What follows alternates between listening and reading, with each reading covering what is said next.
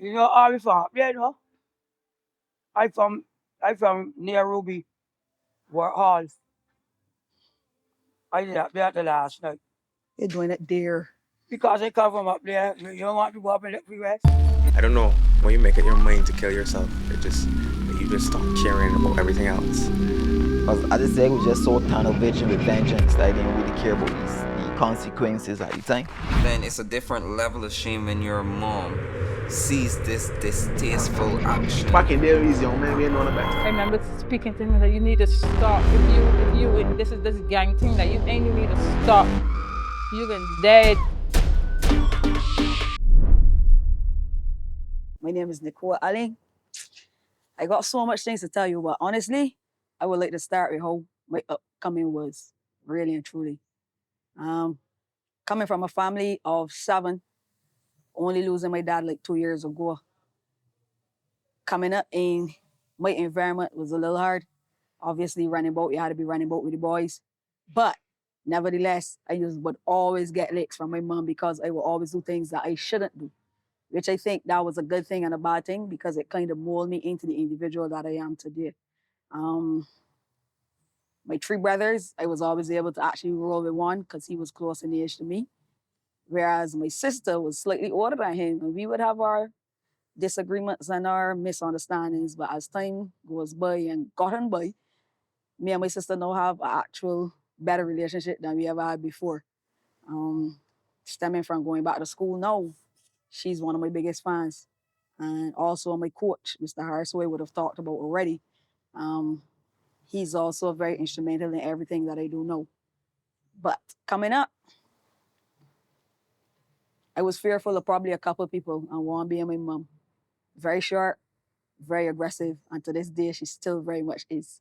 You know what I mean? At 80 plus years, can't give my mother no trouble whatsoever at all. Nicole, at a small age, was very, very disgusting nowadays. Then Nicole leave for school in the mornings. Nicole will go in the bus stand and won't catch the bus. Next thing you know, somebody tell her, Mom coming. Everybody wanna go and get the bus before you get there. Why not? Can't tell you. You could go beyond, you could go back, or you could go forward. When she come home in the evening, they ask her, what time you leave bus stand? She will say she can't remember. But she know that I don't know the time she leave the bus stand.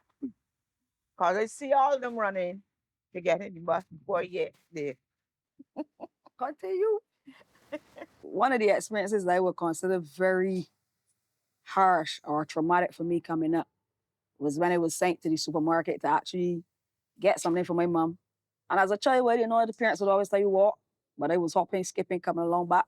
And as I was entering my gap, I was face on collision with a car that if I had continued running or he didn't mash brakes, I probably would have been over on the other side of the street, dead, probably hit by a bus coming down the road and stuff. And I came home and I didn't say anything. But little do they know, somebody saw and told my mom. Despite the fact that I didn't get hit, the gentleman didn't complain to my mom. I got tired that evening for hiding the fact that I almost lost my life. And to me, that is one of the things that helped me realize that I gotta be more careful in how I do stuff. And I was about 8 years old. So after that, my thinking kind of changed. And then as I started to play tennis, it started to change a little bit more. But I was still a little bit aggressive and on way and harder than to the officials at table tennis. And it took me a little while to change, but I guess now that I'm wearing different shoes as a coach, I can't be disgruntled and hard ears and on way as I used to be back then because then somebody would do the same thing to me. For me, I would consider myself one of the better table tennis players because we had very few girls to choose from. But as time went by, coming up as a teenager, always making the junior team. About age 16, when I finished at the Garrison Secondary, my coach had asked me if I wanted to go into coaching. And I found that to be a strange question because at age 16, right now I look at the party, I look at have fun, I look at to get a little more trouble, I look at to do everything else or except having to deal with people's children. And at that point is when I realized, you see when my coach put his time and effort into me, I could give back to my country, to my sport, by helping coach children. And this actually started at St. Matthew's Primary in 1999. I came out of school in 1999, July, and by September, I was coaching at St. Matthew's Primary with Mr. Easton Law. And from there, I had about, you could say 20 plus years at St. Matthew's up until COVID. That's when the program actually came to a halt and stopped. But age 16, between say age 16 and 20, just before I would have gotten my daughter, is when I realized I could actually be able to give back. And my attitude towards a lot of things got changed because now I have a little one coming up. I got children that can be looking up to me. And I found, like in my early years, you will find children gravitating to a coach instead of gravitating to a class teacher. So things that a teacher wouldn't pick up, I was able to pick up, and then I was able to actually interact with the class teacher and explain about this child doing X, Y, Z with you, but when it come in my class, it don't do it. Like, there was a different understanding between me and children. And up to this day, I still have a different understanding with children that of teenage age. Well, for me, I think I would have lost out on a lot in my teenage years between age 18 and probably 24. If I could have done a lot of things different, one of them would be to go back to school, because really and truly, when I came out of school, I had a happy-go-lucky life going on where I had this image in my head that I always got my mom, I always got my dad. I'm the last of 5 siblings, so I can always be the baby. But like 2 or so years ago, just after lockdown 2021, something happened to me where me and somebody actually fall out. And I tried to push myself to do better. I was asked about going back to school because I had a talent, and I opted to do so. And between 2021 and now, all the way should again as a teenager or in school, I now have one on my belt. So I think that if I would have buttoned down when I should have, things would have been a lot different for me coming up as it relates to how I do certain things now and things that I would have done then, and even my way of life now. So a couple of the players that I would have actually looked up to growing up, that I would have actually heard about, were people like Gladstone Ward, and I actually got to see him playing a little bit coming up in my teenage years, but then he quickly stopped. Carol Seeley, who's actually pretty active still, coaching the national team and stuff. Other names that I would have probably looked at and probably got the opportunity to play with were Robert Roberts, Gregory Rayleigh, Sean Bellamy, who's still pretty active, Trevor Farley. Those are the names that you will hear me talk about, despite that they're only a few years older than me, because a lot of the other players probably gone on. A lot of the other players are currently outside, stopped playing and stuff like that. But basically, we still got all our key players intact who's not actively coaching, still taking part in nationals. Even Mr. Dale, our very own entertainer, a former president and stuff, still pretty active in the sport up to this day. So if many of us that would have, or many players that would have dropped off, we still have basically everybody there playing and stuff still.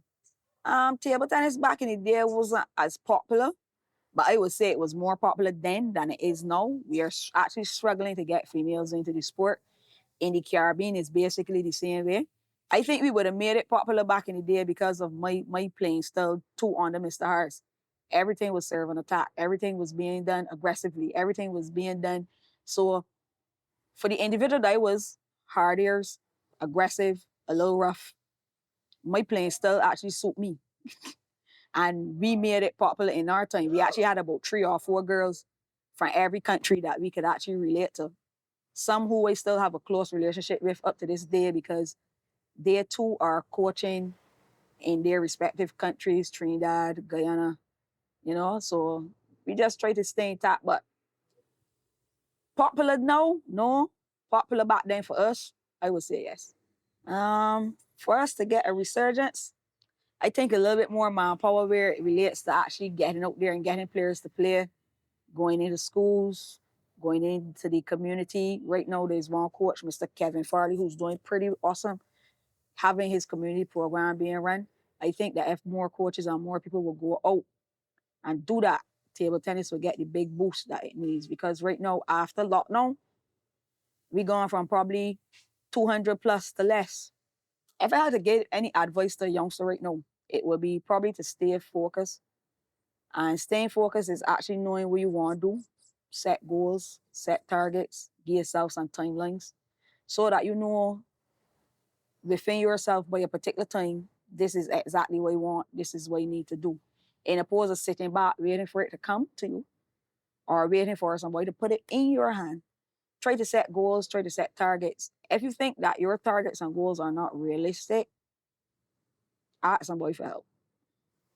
There's always me. There's always somebody older than me. There's always a parent. There's always somebody else that you should be able to talk to, relate to put things into a better light so that you could have a better understanding. Because we all know with everything that there is out there, video games, the internet, a lot of these teenagers right now just living in a fantasy and sitting back waiting on stuff to be done.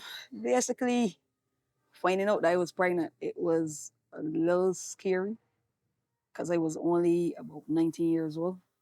The funny thing about it is that my mom was the one who actually told me to go to the doctor because she realized that something was wrong. And I'm going to the doctor, I found out at that point in time that I was actually pregnant. They were going to do what they had to do to find out how far along I was and stuff. And obviously on hearing this, I had to call my daughter's dad, who was at that point in time my actual boyfriend.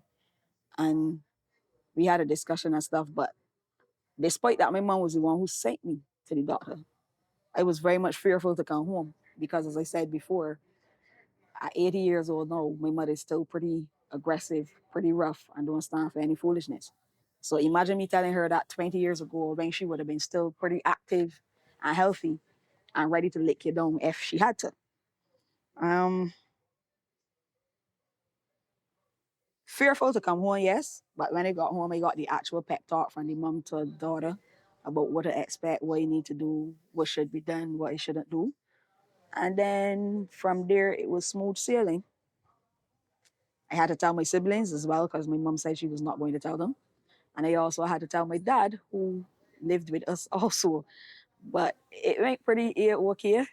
The struggles of being a mom, I would say the only struggle is that after like the first year, I basically had to deal with my daughter on my own because her dad was no longer a part of my life, to say it. And certain things I wanted to do, I wasn't able to do because obviously I would have to be the one to keep her in the early stages. But after like a year or two, I wouldn't say that I really encountered any struggles because I was able then to still go out partying. I was able to continue playing table tennis because obviously I was representing the country. As I said, I started coaching at 16, so I was able then to go back into coaching and stuff.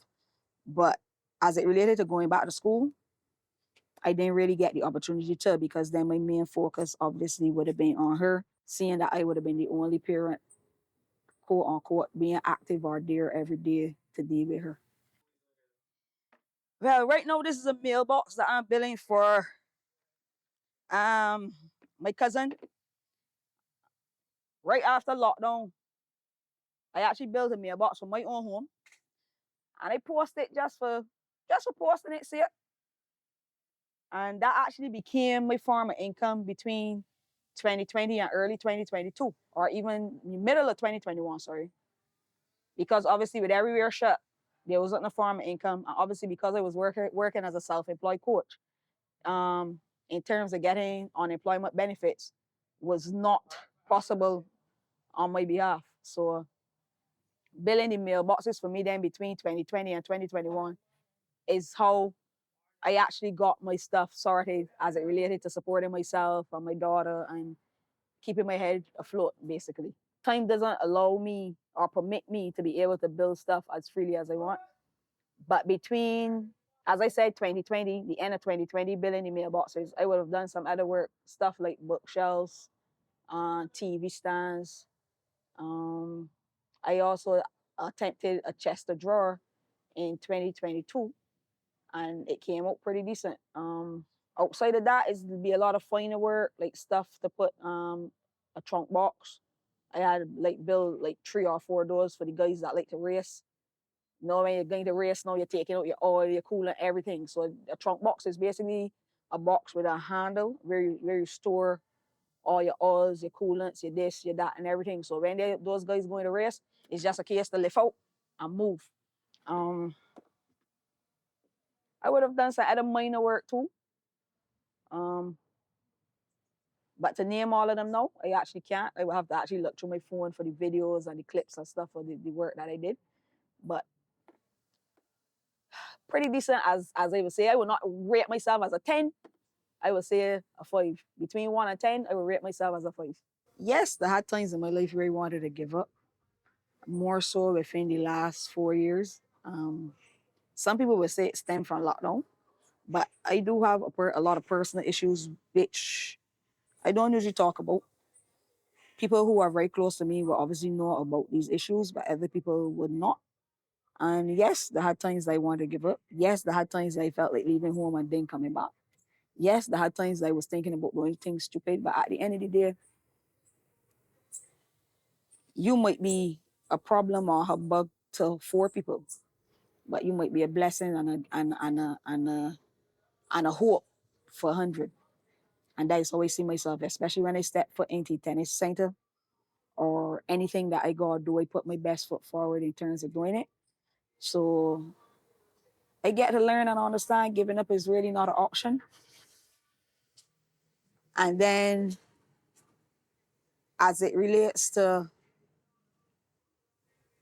my past to now, some of the biggest people who will always scold me and criticize me when I was a teenager are some of my biggest cheerleaders now. And I say this to say that because there are some people who I would have been overly rude to, disrespectful, some I would curse. And right now, there are people who come to me and say, Nicole, I'm proud of you. I'm proud of the way you deal with your kids. I'm proud of the way you handle the children. Up to like a few weeks ago, I took my whole team to church. And we were in full uniform and everything. And everybody was actually surprised to see that I did something like that. Because honestly, 20 years ago, you tell me about going to church, I can laugh at you. Despite that I got a church right there outside of my house. So